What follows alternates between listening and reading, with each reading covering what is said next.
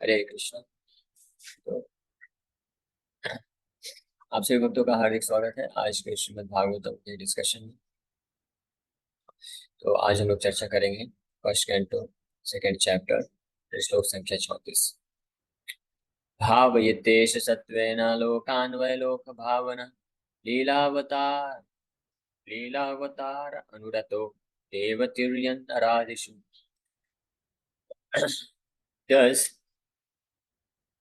the Lord of the universes maintains all planets inhabited by demigods, men, and lower animals. Assuming the roles of incarnations, he performs pastimes to reclaim those in the mode of pure goodness. तो इस प्रकार से सुदोधन वर्णन कर रहे हैं कि इस प्रकार से भगवान जो है इस अध्याय का आखिरी श्लोक में वर्णन कर रहे हैं, डिस्कस देते हैं कि भावयति एष सत्वेन लोकान। इस प्रकार से भावयति मतलब मेंटेनेंस करते हैं, भरण पोषण करते हैं, ऐसा इस समस्त प्रकार के लोगों का सत्वेन सतोगुण में भगवान जो है पालन पोषण करते हैं।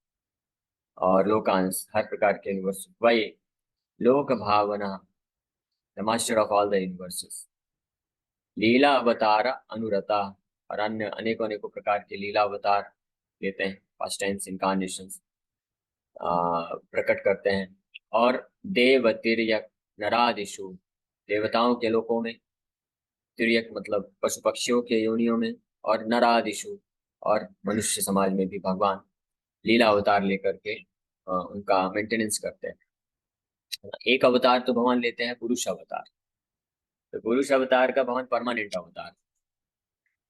तो पहला पुरुष अवतार होता है महाविष्णु का, दूसरा गर्भोदक्षाय विष्णु का, तीसरा सिरुदक्षाय विष्णु।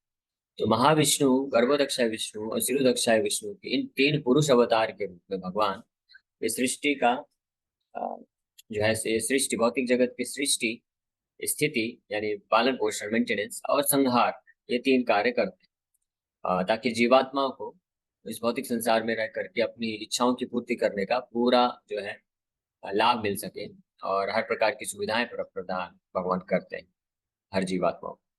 लेकिन फिर जब भगवान ये भी विचार करते हैं, जैसे हम लोग कल चर्चा कर रहे थे कि परमात्मा के रूप में भगवान जो है हर प्रकार के जीवात्माओं के हृदय में उपस्थित होकर के उनको बुद्धि, बल, ज्ञान और संसाधन ये सब जो है प्रवाह प्रदान करते हैं ताकि वो व्यक्ति अपनी जो जीवात्मा है अपनी इच्छाओं की पूर्ति कर सके। लेकिन ऐसे जीवात्माएं जो धीरे धीरे सतोगुण में आती हैं और इस भौतिक जगत से मुक्त होना चाहते हैं, तो भगवान उनके लिए फिर लीला अवतार, अन्य लीला अवतार भी लेते हैं, लीला अवतार लेते हैं, जैसे राम, नरसिंह, वराह, मत्स्य, कूर्म आदि भिन्न भिन्न अवतार। और ब्रह्मा जी के एक दिन में भगवान कृष्ण स्वयं आते हैं और चैतन्य महाप्रभु भी एक दिन में स्वयं आते हैं। एक दिन मतलब 864 करोड़ साल में भगवान कृष्ण स्वयं आते हैं। हालांकि एक दिन में ब्रह्मा जी के हजारों अवतार आते हैं, हजारों लीला अवतार आते हैं एक एक साइकिल में। ये जो दिव्य युग होता है महायुग बोलते हैं जिसको, सतयुग, द्वापर, त्रेता और कलयुग, तो इस चार साइकिल में भी भगवान के अनेकों अनेकों अवतार आते हैं। और इस प्रकार से 1000 बार महायुग होने पे ब्रह्मा जी का एक दिन कंप्लीट होता है। तो इस प्रकार से हजारों भगवान लीला अवतार, हजारों लीला अवतार लेते हैं, लेकिन उसमें से एक ही बार भगवान जो है स्वयं आते हैं, कृष्ण स्वयं अवतरित होते हैं।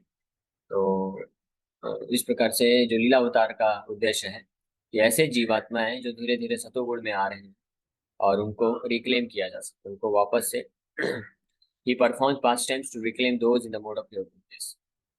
तो आप भिन्न भिन्न प्रकार की लीलाएं भगवान करते हैं ताकि जो शुद्ध सतोगुण में स्थित होते हैं वक्त उनको वापस से अपने धाम में ले जा सके। यही कारण है कि कुंती महारानी भी वर्णन करते हैं, भक्ति योग विधानार्थम कथम अहम पश्चिमे स्त्रिया, कि कुछ लोग कहते हैं, जब कुंती महारानी प्रार्थना अर्पण कर रही थी तो वर्णन करती हैं कि कुछ लोग कहते हैं कि आप ब्रह्मा जी के प्रार्थना पे आप अवतरित हुए। कोई कहता है कि आप देवी की वसुदेव के ऊपर कृपा करने के लिए उनके पुत्र के रूप में अवतरित हुए। कोई कहता है कि कंस का वध करने के लिए अवतरित हुए, इस पृथ्वी से जो है अधर्म का नाश करने के लिए अवतरित हुए, धर्म की स्थापना करने के लिए अवतरित हुए। कोई कहता है पांडवों को जो आपके भक्त हैं उनके ऊपर कृपा करने के लिए अवतरित हुए। इस प्रकार से अन्य अन्य ऋषि मुनि भक्त लोग अन्य अन्य प्रकार के विविध प्रकार के कारण जो है बताते हैं, जो कि सारे सत्य कारण कि भगवान अवतरित होते हैं। लेकिन मुख्य कारण फिर कुंती महारानी बताती हैं कि भक्ति योग विधान, ये मुख्य कारण, बाकी सब जो है सेकेंडरी रीजन, बाकी सब माध्यम बनते हैं वो मुख्य कारण को प्राप्त करने। तो मुख्य कारण क्या है? भक्ति योग विधान, मतलब आप आते हैं, अवतरित होते हैं और लीलाएं करते हैं अलग अलग प्रकार की, और कुछ संदेश आप देके जाते हैं। इससे भक्ति योग को करने के लिए आगे वाले आने वाले कई हजारों लाखों करोड़ों जीवात्माओं को भक्ति योग करने का विधि प्राप्त हो जाए। इसलिए आप आते हैं, क्योंकि आप जब आते हैं आप भिन्न भिन्न प्रकार की लीलाएं करते हैं, फिर उन लीलाओं का भक्त लोग श्रवण कीर्तन करते हैं और इससे वो अपना उद्धार कर पाते हैं। तो ये सबसे प्रमुख रीजन है, प्रमुख कारण है भगवान लीला अवतार क्यों लेते हैं। अपने असुरों का संहार, भक्तों का रक्षा, धर्म की स्थापना, और किसी भक्त की प्रार्थना पे, किसी भक्त की इच्छा की पूर्ति के लिए, वो सब का कारण तो है ही, लेकिन वो सेकेंडरी रीजन। प्राइमरी रीजन है कि भक्ति योग की विधि को स्थापित करना। नवविधा भक्ति होती है, श्रवणम कीर्तनम विष्णु स्मरणम अर्चनम वंदनम दास्यम साक्ष्यम आत्म निवेदन। ये जो नवविधा भक्ति है, ये व्यक्ति कब कर पाएगा? जब भगवान लीलावतार आके लीला करेंगे और अपने गुणों को प्रदर्शित करेंगे, अपने नाम को प्रदर्शित करेंगे, अपनी लीलाओं को, अपने स्वरूप को प्रदर्शित करेंगे, तभी तो उनका हम श्रवण और कीर्तन कर सकते हैं। हम श्रवण किसके बारे में करें? इसलिए जो मायावादी लोग होते हैं ये नवविधा भक्ति से वंचित हो जाते हैं बेचारे, क्योंकि उनके पास कोई ऑब्जेक्ट ही नहीं है श्रवण करने के लिए, कीर्तन करने के लिए, स्मरण करने के लिए, अर्चनम पूजा करने के लिए, वंदनम प्रार्थना करने के लिए, दास्यम दास बनने के लिए, सक्षम फ्रेंडशिप आत्मनिवेदन करने के लिए, अपने आप को समर्पित करने के लिए कोई उनके पास ऑब्जेक्ट ही नहीं, क्योंकि वो तो निराकारवादी, मायावादी, वो तो मानते ही नहीं कि भगवान का रूप होता है, भगवान लीला अवतार लेके आते हैं और भगवान अपनी दिव्य व्यवस्था में रह करके दिव्य लीलाओं को प्रदर्शित करते हैं। इसलिए ये मायावादी लोग कभी भी इस भौतिक संसार से मुक्त नहीं हो पाते। हालांकि मानते जरूर है, विमुक्त मानिनस, ब्रह्मा जी बोलते हैं अपने कृष्ण को प्रार्थना अर्पण करते हुए कि मायावादी, ऐसे मायावादी लोग बहुत ही अहंकार वश, मिथ्या अहंकार वशीभूत होकर के ये सोचते हैं कि हमने भौतिक जगत की हर प्रकार की वासनाओं को, भौतिक कार्यकलापों को हमने त्याग दिया है, तो अब हम मुक्त हो गए हैं। लेकिन ये गलत धारणा है, वो मुक्त नहीं होते हैं, क्योंकि उनके पास वो विधि नहीं है जिसके माध्यम से वो श्रवण कीर्तन अपने मन और इंद्रियों को दिव्य चेतना में लगा सके। इसलिए उनको वापस से इस भौतिक संसार में गिरना पड़ता है, आना पड़ता है। जैसे उदाहरण के लिए इधर से अगर पृथ्वी लोक से कोई स्पुतनिक जा रहा है, वायुयान, या उसको स्पेस शटल बोलते हैं, स्पेस शटल को स्पेस में भेजा जा रहा है, आकाश में, तो या तो वो किसी अन्य ग्रह के पास ऑर्बिट में स्थित हो जाए, या ग्रह किसी दूसरे ग्रह में ले जाके लैंडिंग कर दे, तब वो उसका स्थिति ठीक है। नहीं तो अगर या तो वो किसी ग्रह पे जाके किसी ऑर्बिट में स्थित नहीं हो पाया, या उस ग्रह में जाके लैंडिंग नहीं किया, तो निश्चित रूप में वो है उसका, वो गिरेगा नीचे और डिस्ट्रॉय हो जाएगा, नष्ट हो जाएगा। इसी प्रकार से जो इस भौतिक संसार के कार्यकलापों को, भौतिक वासनाओं को, समाज को, इस भौतिक जगत को तो त्याग देते हैं आर्टिफिशियली, लेकिन वो पॉजिटिव इंगेजमेंट नहीं मिलता है। इंद्रियों का जो कार्य, मन का जो कार्य है, मन का जो स्थिति है, वो लक्षण है कि वो हमेशा कार्य करना चाहता है, एक्टिव है, आत्मा हमेशा एक्टिव रहती है। उस एक्टिव आत्मा को, जो कार्यशील आत्मा है, उसको इनएक्टिव कर देते हैं ये मायावादी लोग, क्योंकि वो भगवान के बारे में जानते नहीं, तो श्रवण कीर्तन जो नवविधा भक्ति है उसमें अपने आप को लगा नहीं पाते हैं, तो इसलिए क्या होता है, वापस से उनका पतन हो जाता है, वापस से संसार में आ जाते हैं। इसलिए ब्रह्मा जी बोलते हैं कि ये लोग विमुक्त मान ही ना, अपने आप को विमुक्त मानते हैं लेकिन ये होते नहीं। तो यही कारण है कि भगवान अपने भक्तों के ऊपर कृपा करने के लिए उनको इस संसार में बार बार आते हैं, लीलाएं करते हैं, ताकि जब उनकी लीलाओं को रिकॉर्ड किया जाएगा, फिर उनके महान शुद्ध भक्त लोग उनका गायन करते हैं, संकीर्तन करते हैं, तो उसके माध्यम से सारे जगत को जो है दिव्य आनंद की भी प्राप्ति होती है और इस भौतिक जगत से मुक्त भी हो जाते हैं। ये भगवान की जो लीलाएं हैं इतनी विशेष है कि स्वयं भगवान को भी आनंद प्रदान करते हैं। इसलिए सूत गोस्वामी वर्णन करते हैं, शृण्वतां स्वकथा कृष्ण पुण्य श्रवण कीर्तन हृदयंतस्त्व भद्राणि विधुनोतेषु हितसताम्। कृष्ण बताम स्वकथा कृष्ण, कृष्ण अपनी ही कथा को सुन करके बड़े प्रसन्न हो जाते हैं। और ऐसे भक्त जो इस कथा का या तो श्रवण करता है या तो कीर्तन करता है, गान करता है, तो उसके भक्त उसके हृदय में उपस्थित होकर के भगवान उसके हृदय से समस्त प्रकार के कल्मश को नष्ट कर देते। एक महान आचार्य विल्व मंगल ठाकुर, उन्होंने एक बहुत ही सुंदर ग्रंथ लिखा, कृष्ण कर्णामृत उस ग्रंथ का नाम है। महाप्रभु को अत्यंत प्रिय ग्रंथों में से एक ग्रंथ था। महाप्रभु गीत गोविंद, चंडीदास के जो रचनाएं हैं और रामानंद राय की रचनाएं और साथ में कृष्ण कर्णामृत विल्व मंगल ठाकुर की रचनाओं को निरंतर श्रवण किया करते थे। तो कृष्ण कर्णामृत जो ग्रंथ है, तो उसका उसका अर्थ है कृष्ण कर्ण अमृत। जो कृष्ण कर्णामृत में क्या है, विल्व मंगल ठाकुर ने भगवान कृष्ण की अद्भुत जो ब्रज की लीलाएं हैं उनका वर्णन करते हैं, बहुत सुंदर दिव्य मधुर तरीके से। तो वो सब पूरा वर्णन है, कृष्ण की बाल लीलाओं से लेकर के पूरी जो कैसोर लीला है सबका वर्णन करते हैं। तो कृष्ण कर्णामृत का मतलब है कृष्ण के कर्ण के लिए जो अमृत हो। यानी कृष्ण की जो लीलाएं हैं कृष्ण के कर्ण के लिए भी अमृत के समान कार्य करते हैं। तो अन्य लोगों की तो बात छोड़िए। जब द्वारका में कृष्ण की 16,108 रानियों ने सुना कि किस प्रकार से भगवान कृष्ण ब्रज में बहुत सुंदर लीलाएं करते, तो उनका इच्छा प्रकट हुआ कि हम कृष्ण बलराम की समस्त लीलाओं को सुनना चाहते हैं। तो अब कौन कथा करेगा? तो रोहिणी माता, क्योंकि रोहिणी माता ब्रज में ही थी, तो रोहिणी माता को उन्होंने रिक्वेस्ट किया कि आपने कृष्ण बलराम की बाल लीलाओं का पूरा दर्शन किया है, तो आप हमको कृष्ण बलराम की बाल लीलाओं का श्रवण कराइए, वर्णन करिए। तो रोहिणी माता बोलती है कि लेकिन ऐसे समय पे करना होगा जब कृष्ण बलराम यहाँ पे ना हो, क्योंकि अगर वो इन लीलाओं को सुनेंगे तो इतने आकर्षित हो जाएंगे, दिव्य उन्माद में आ जाएंगे और इसको छोड़ के, वो द्वारका छोड़ के वृंदावन चले जाएंगे, अब कभी वापस नहीं आएंगे। तो रानियों ने योजना बनाया कि जब कृष्ण बलराम बाहर थे, और फिर उसमें भी उन्होंने कंडीशन सब कुछ ध्यान पूर्वक पूरे महल में अंतःकरण में जाके बैठ गए, और सारी जितनी भी रानियां थी, रोहिणी माता बैठी हैं व्यासासन में। अब कृष्ण कथा प्रारंभ होने वाला है, और हर प्रकार से सारे दरवाजे खिड़की सब बंद कर दिया। और साथ ही साथ इतना ही नहीं, सुभद्रा मैया को गेट पे खड़ा कर दिया, मेन गेट पे, या आप फिर भी चौकीदारी कर लो, क्या भरोसा ये कहाँ से भी टपक पड़े। तो इसलिए चौकीदारी भी कर लगा दिया, और फिर चालू हो गया भागवत कथा रोहिणी माता के द्वारा। तो जैसे कथा प्रारंभ हुआ तो सब कथा सुन के बिल्कुल एब्जॉर्ब हो गए, उसमें लीन हो गए, और अष्ट सात्विक विकार उत्पन्न हो रहे हैं कृष्ण बलराम की कथा को सुन करके। और यहाँ सुभद्रा मैया गेट पे खड़ी हैं, वो भी कान लगा के सुन रहे हैं, कुछ कुछ तो आवाज आ ही रहा होगा। तो कुछ कुछ वो सुन के वो भी इतना ज्यादा उसमें लीन हो गई कि वो भी बाहरी चेतना से निकल गई, वो भी उस चेतना में प्रवेश कर गई। और फिर कृष्ण बलराम जो कि बाहर थे, तो पता नहीं उनको कहाँ से पता चल गया कि हमारे बारे में कुछ तो कथा हो रही। तो ये कथा का इतना प्रभाव होता है, अगर शुद्ध भाव से कोई कथा सुनता है या सुनाता है, तो दोनों ही स्थिति में कृष्ण अगर कहीं पे भी होते हैं पूरे सृष्टि के, चाहे भौतिक आध्यात्मिक जगत, वो खींचे चले आते। तो कृष्ण बलराम तो बाहर थे और पूरी तरह से दरवाजा खिड़की सब बंद किया था, और गेट पे सुभद्रा मैया चौकीदारी भी कर रही है। अब चौकीदारी तो क्या होगा, अब वो तो खुद ही जो है एब्जॉर्ब हो गए, उनको खुद ही भूल गए कि मैं चौकीदारी कर रही हूँ। तो खुद ही सुनने में इतनी लीन हो गए कि उनको पता ही नहीं चला कि क्या होने वाला है। तो कृष्ण बलराम बाहर थे, उनको पता चला कुछ तो हमारे बारे में, कोई तो यहाँ पे कृष्ण कथा कर रहा है। तो कृष्ण कथा की ओर आकर्षित होते होते दौड़ते दौड़ते आ गए, और एक सुभद्रा मैया की इस बाजू खड़े हो गए और एक सुभद्रा मैया की इस बाजू में खड़े हो गए। तो कृष्ण बलराम, और सुभद्रा मैया को तो कुछ पता नहीं चल रहा, होश में नहीं है कि कौन खड़ा आया कि नहीं आया। और ये कृष्ण बलराम भी दोनों ध्यान से सुनने लग गए, और सुनते सुनते सुनते सुनते ऐसी अवस्था हो गई, दिव्य उन्माद उत्पन्न हो गया, और अष्ट सात्विक विकार उत्पन्न हो रहे हैं, और इनके शारीरिक शरीर जो है वो ट्रांसफॉर्म हो गया, परिवर्तित हो गया। हाथ शरीर के अंदर चला गया, पैर शरीर के अंदर चला गया, आंखें बड़ी बड़ी हो गई। हाँ, तो ऐसी स्थिति में नारद मुनि ने दर्शन कर लिया। अब वही है, वही जो फॉर्म है इस दिव्य अवस्था में भगवान का, भाव की स्थिति में, उसी फॉर्म को जगन्नाथ बलदेव सुभद्रा महारानी बोलते हैं।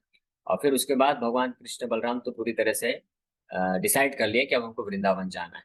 और फिर आगे कभी और चर्चा करेंगे फिर क्या हुआ कि रथ रथ स्टार्ट किया गया, वृंदावन ले जाने की तैयारी हो गई। तो कहने का मतलब है कि भगवान स्वयं भी अपनी कथा को सुन करके अत्यंत आकर्षित हो जाते हैं। तो इतनी सुंदर लीलाएं हैं। जब भगवान रामचंद्र की लीलाएं चली रही थी, और भगवान आ गए थे वापस अयोध्या में, राजा बन गए, और फिर सीता माता को वनवास भेज देते हैं वापस, और फिर लव कुश का जन्म होता है, और यहाँ पे भगवान राम राज्य कर रहे हैं। तो लव कुश को वाल्मीकि ऋषि राम कथा पूरा सुना देते हैं, और लव कुश उसको जाके गायन किया करते थे। तो भगवान राम के सभा में भी जाके गायन किया। भगवान रामचंद्र अत्यंत उत्सुकता पूर्वक अपनी ही कथा को सुन रहे हैं और आनंद ले रहे हैं। ये उस भौतिक जगत के भौतिक लोगों की तरह नहीं है। भौतिक लोग जो अपनी प्रशंसा, अपने गुणगान सुन के उनको अच्छा लगता है, वो रिफ्लेक्टेड, परवर्टेडली रिफ्लेक्टेड फॉर्म में होता है। और ये टेंडेंसी, प्रवृत्ति कहाँ से आती है हमारे अंदर कि हम अपने बारे में गुणगान सुनना चाहते हैं? क्योंकि ये प्रवृत्ति जो है भगवान में है, मूल स्वरूप में, शुद्ध रूप में भगवान के हृदय में है। भगवान अपनी कथा सुन के बहुत हर्ष से उल्लासित हो जाते हैं, आनंदित हो जाते हैं। और जो इस प्रकार का उनका कथा करता है या जो भक्त सुनता है, क्योंकि भगवान परमात्मा के रूप में हृदय में है, तो जो भक्त सुनता है तो उसके कर्ण के माध्यम से भगवान अपनी कथा सुनते हैं। तो ऐसे सुनने वाले भक्त से जो श्रवण करता है और जो सुनाता है, कीर्तन करता है, भगवान के गुणों का वर्णन करता है, तो दोनों ही भक्तों से भगवान इतने प्रसन्न हो जाते हैं। जैसे कोई राजा होता है, तो जब राजा के दास दासियां आके राजा का अच्छे से गुणगान करते हैं, तो राजा प्रसन्न होकर के अपने गले से पूरा हार और निकाल के उसको दे देता है। और उसी प्रकार से भगवान प्रसन्न हो जाते हैं और भगवान सोचते हैं कि अब मैं इसके हृदय में नियमित रूप से वास करूंगा, परमानेंट अपना रेसिडेंस बनाऊंगा इसके हृदय में। अब परमानेंट रेसिडेंस बनाने के लिए क्या करना पड़ेगा? परमानेंट निवास स्थान बनाने के लिए उधर जाके सफाई करना पड़ेगा। इसलिए भगवान झाड़ू पोछा लेके आ जाते हैं, कमर में बांध लेते हैं, कमर कस के, और तैयार हो जाते हैं, चलो सफाई करो। इसका सफाई करेंगे, हृदय का मार्जन करेंगे, फिर इसके हृदय में बहुत अच्छा मैं अपना महल बनाऊंगा, राज सिंहासन बनाऊंगा, और आराम से सुखपूर्वक बैठ के अपनी कथा सुनूंगा। क्योंकि जब हृदय साफ हो जाएगा, भगवान परमानेंटली निवास स्थान बना लेंगे उस भक्त के हृदय में, तो भक्त को और प्रेरणा मिलेगी और वो भगवान का कथा सुनेगा और कथा करेगा। इस प्रकार से भगवान ऐसे भक्त के ऊपर कृपा कर देते हैं। तो ये कारण है कि भगवान बार बार लीला अवतार लेते हैं, और लीला अवतार लेकर के लीलाओं को रचते हैं, और उनको रिकॉर्ड किया जाता है, फिर उसको बारंबार श्रवण किया जाता है, बारंबार उसको श्रवण और कीर्तन किया जाता है। भक्त लोग कभी थकते नहीं है। और इस प्रकार से जो शुद्ध भक्त होते हैं वो इन लीलाओं को बार बार श्रवण करके मत चित्ता मद्गत प्राण बोधयन्तश्च परस्परम कथयन्तश्च माम नित्यम। माम नित्यम, नित्यम मतलब नित्य रूप से, बारंबार, 100 बार, 1000 बार, हजारों बार भी सुनते रहते हैं। कथयन्तश्च माम नित्यम तुष्यन्ति चरमन्ति च। मेरे जो शुद्ध भक्त होते हैं वो आपस में एक दूसरे के साथ मेरे बारे में चर्चा करते हैं। मत चित्ता मदगत प्राण, जिनका चित्त मेरे पे लगा हुआ है, मदगत प्राण, जिनका प्राण मेरे में स्थित है, या जिनका प्राण मैं हूँ। मदगत प्राण बोधयन्तश्च परस्परम, आपस में एक दूसरे को श्रवण कीर्तन कराते हैं, मेरे बारे में कथा श्रवण कीर्तन करते हैं। तुष्यन्ति च रमन्ति च, और इस प्रकार से कथयन्तश्च माम नित्यम, मेरे बारे में कथा नित्य रूप से करते हैं, और तुष्यन्ति च रमन्ति च, और बहुत संतुष्टि को प्राप्त करते हैं और दिव्य आनंद की अनुभूति करते हैं। इस प्रकार से ये शुद्ध भक्तों का लक्षण होता है। लेकिन जो अभी बद्ध हैं, जैसे हम लोग हैं, हम लोग अभी साधना भक्ति कर रहे हैं, पूर्ण रूप से शुद्ध नहीं हमारा हृदय, तो हमारे लिए यही कृष्ण कथा जब हम करते हैं, श्रवण कीर्तन करते हैं, तो इस कृष्ण कथा के माध्यम से हमारा मार्जन होता है हृदय का। ये हमारे लिए बहुत ही भवौषधि श्रोत मनोभिरामा, ये औषधि की तरह कार्य करता है, और हमारे हृदय को शुद्धिकरण करता है। जब हृदय पूर्ण रूप से शुद्ध हो जाता है, तो हम फिर दिव्य आनंद को भी अनुभूति कर सकते हैं। यहाँ तक कि साधक के स्टेज में भी, हम साधना भक्ति कर रहे हैं, पूर्ण रूप से हृदय शुद्ध भी नहीं है, लेकिन जितनी मात्रा में ये भगवान के बारे में श्रवण कीर्तन करने से जितनी मात्रा में धीरे धीरे हृदय का शुद्धिकरण होता है, उतनी ही मात्रा में जो भक्त होता है वो दिव्य आनंद को भी अनुभूति करने लग जाता है। और एक समय जब ऐसा होता है, नष्ट प्रायेषु अभद्रेषु, या अभद्रेषु, जो ऑलमोस्ट 75% अनर्थ जब नष्ट हो जाते हैं, तो ऐसी स्थिति में वो एक निष्ठ हो जाता है, तो भगवान के बारे में श्रवण कीर्तन किए बिना रह नहीं सकता है। और जब शुद्ध होता है तो आसक्ति विकसित होती है, रुचि विकसित होती है, आसक्ति आती है, और फिर फाइनली जब ऑलमोस्ट शुद्ध हो जाता है, 99% हृदय साफ हो जाता है, तब भाव के स्टेज में आता है भक्त।